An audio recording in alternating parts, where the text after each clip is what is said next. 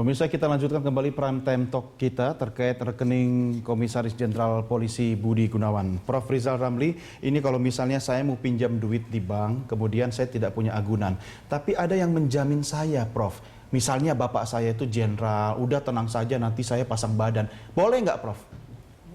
Ya, sebetulnya kan jenderal, tapi financial capacity-nya kan terbatas. Tetap 5C itu tadi jadi ya, acuan? Kalau betul-betul dilaksanakan, siapapun dia, berapa kapasitas net worth-nya, harta kekayaannya, baru dia bisa minjem sedemikian banyak. Jabatan tidak relevan di sini. Tapi saya ingin tadi komentarin sedikit apa yang Mas Roni katakan. Saya juga memang khawatir lihat KPK karena ada politikingnya juga, ada partisannya, ya kan, dalam menentukan kasus-kasus ini. Banyak kasus yang digantung, ya, kasus Senturi itu belum tuntas, kasus Hambalang belum tuntas, ya kan. Jadi saya minta kalau KPK ingin dapat dukungan, karena rakyat memang berharap banyak sama KPK, berhenti dah politiking, ya kan. Jangan lagi partisan dalam menseleksi siapa-siapanya ini, pertimbangan politik, tapi bertindak profesional aja secara Karena hukum. jumlah rekening sebenarnya biasa-biasa saja maksudnya, Prof? Bukan soal rekening itu tidak biasa kalau jumlahnya luar biasa. Gitu. Tetap luar biasa, tapi kenapa memilih ini? Itu enggak, bukan bahwa ini kasus kan udah dibuka dulu tahun berapa, kenapa nggak dituntaskan gitu. Apa pertimbangannya kalau tidak dituntaskan, baru dituntaskan terakhir. Tapi poin saya adalah kembali ke tadi, ini kita bisa ribet galang gulung nih bangsa kita urusan begini. Sebetulnya solusinya sederhana. Ya, Pak Jokowi, Anda presiden, bertindaklah sebagai seorang presiden. You are the president, act like one. Ya, jangan dengerin pembisik-pembisik siapapun mereka, karena belum tentu itu hati nurani rakyat. Contohlah tadi kasus BBM, dengerin pembisik yang terlalu semangat naikin harga, walaupun udah bilang jangan, ini harga bakal turun. Tapi Pak Jokowi mendengarkan pembisiknya yang menyesatkan itu, akhirnya harus koreksi. Nah, ini kebijakan tentang Pak Budi, Kapolri, harus berani juga koreksi. Karena pembisiknya siapapun mereka, itu kok tega gitu bikin Indonesia jadi bahan lelucon di seluruh dunia. Prof, mungkin juga yang bisikin presiden sekarang salah baca rekening di transaksi rekening. Tapi Bu Yanti, ini terkait sekarang sudah mengemuka kasus ini gitu kan. Apa yang bisa dilakukan sebagai bentuk antisipasi agar nanti transaksi-transaksi yang dikatakan sebagai mencurigakan itu dengan mudah sebenarnya bisa ditentukan, oke, ini mencurigakan dengan satu pandangan. Kalau sekarang bukan lagi transaksi mencurigakan karena sudah jadi tersangkanya KPK kan. Iya, betul. Jadi berawal dari transaksi yang mencurigakan tersebut antara lain mungkin ya ada laporan, saya kan belum terbuka ini, tetapi bahwa KPK menentukan jadi tersangka. Ini tadi juga boleh saja tanpa, tadi kita nggak tahu juga ya dua alat bukti yang sah itu apa, 184 yang mana kita nggak tahu, tapi yakin kalau KPK tidak mungkin lah berani tanpa itu ya, dua itu. Dan memang Pak boleh Pak Budinya sendiri tidak diperiksa, boleh tiba-tiba menyatakan sebagai tersangka karena 106 KUHP menyatakan bahwa penyidik itu boleh menentukan penyidikan atau menentukan seseorang menjadi tersangka ketika satu dia mendapatkan laporan atau ada pengaduan atau memang dia menemukan sendiri. Nah ini jadi boleh. Jadi ada permasalahan juga yang kita harus luruskan. Boleh KPK tiba-tiba menyatakan seseorang ini si A tersangka, padahal si A belum pernah diperiksa, itu tidak apa-apa karena KUHP menyatakan seperti itu. Jadi di dalam hal ini hanya permasalahannya yaitu KPK ini kan menjadi tadi gonjang-ganjing itu karena telah nama Pak Jokowi memberikan ke DPR hari Jumat, kemudian baru Selasa. Sementara ini katanya sudah 6 bulan didalami. Kenapa tidak hari Seninnya sehingga kan mungkin ada pemikiran lain kalau sudah tersangka apakah akan tetap diajukan. Bagaimana mau pikir dengan jernih, Bu, kalau banyak yang bisikin? Paling tidak ya pembisik. Saya nggak tahu yang dimaksud Prof itu yang bisik siapa, tapi ya sudahlah. Tapi kan fakta ini juga artinya ini kritik untuk KPK.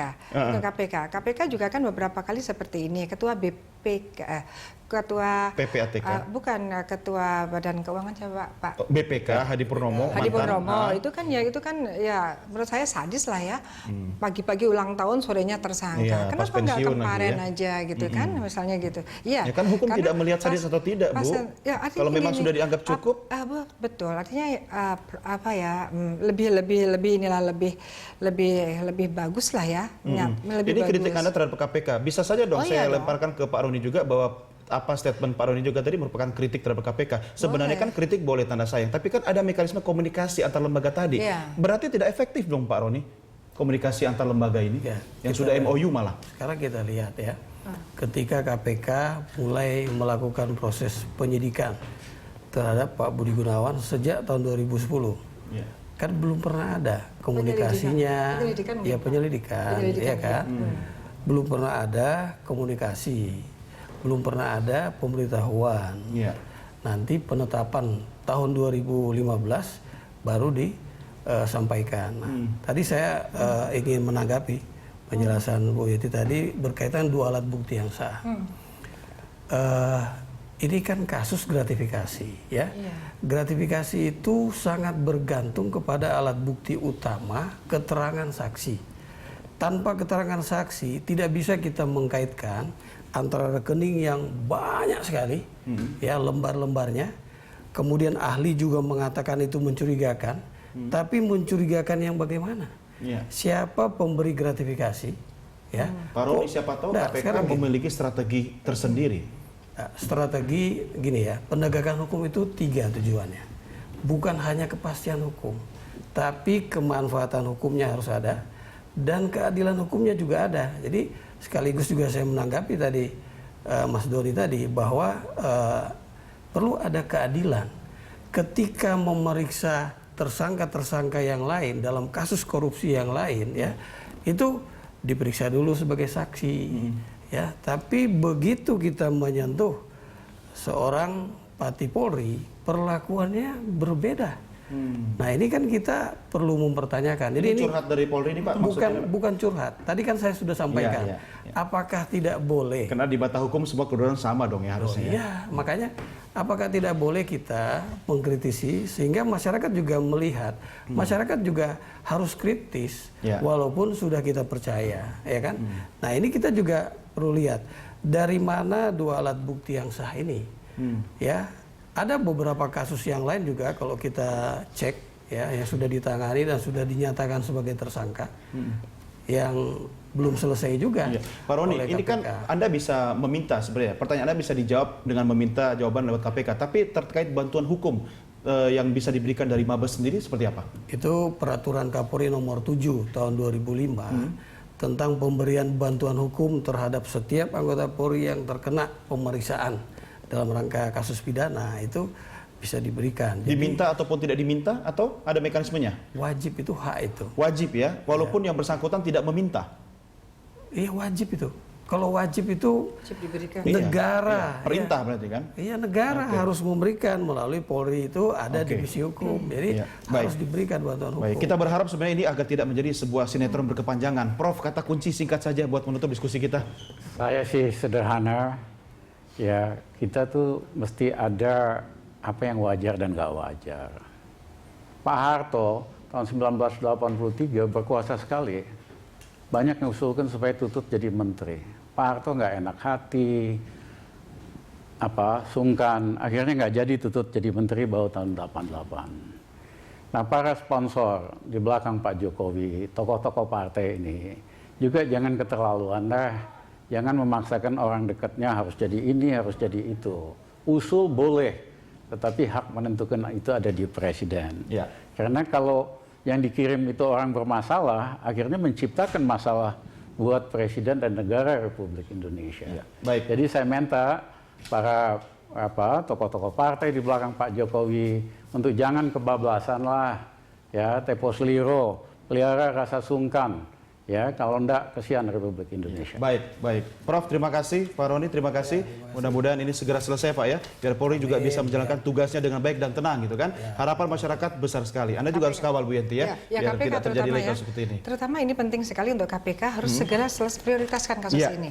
Ya, jadi saya hanya bicara di ranah hukum saja, karena sudah tersangka dan tersangkanya KPK itu tidak mungkin SP3 Iya. lanjutkan. Iya. Nah ini harus dilanjutkan karena ini apapun sudah menimbulkan kegaduhan Iya, beberapa KPK hari urus ini. hukum aja, nggak usah berpolitik gitu kan. Iya. Yang politik di sana Dan aja. ini selesaikan termasuk kasus-kasus lain yang mangkrak itu juga dilanjutkan. Baik, kita akhiri diskusi kita sampai di sini. Terima kasih atas kehadiran Bapak Ibu sekalian. Selamat malam dan pemirsa, demikianlah Prime Time Talk kita kali ini. Tetap bersama kami akan lanjutkan dengan beragam berita lainnya.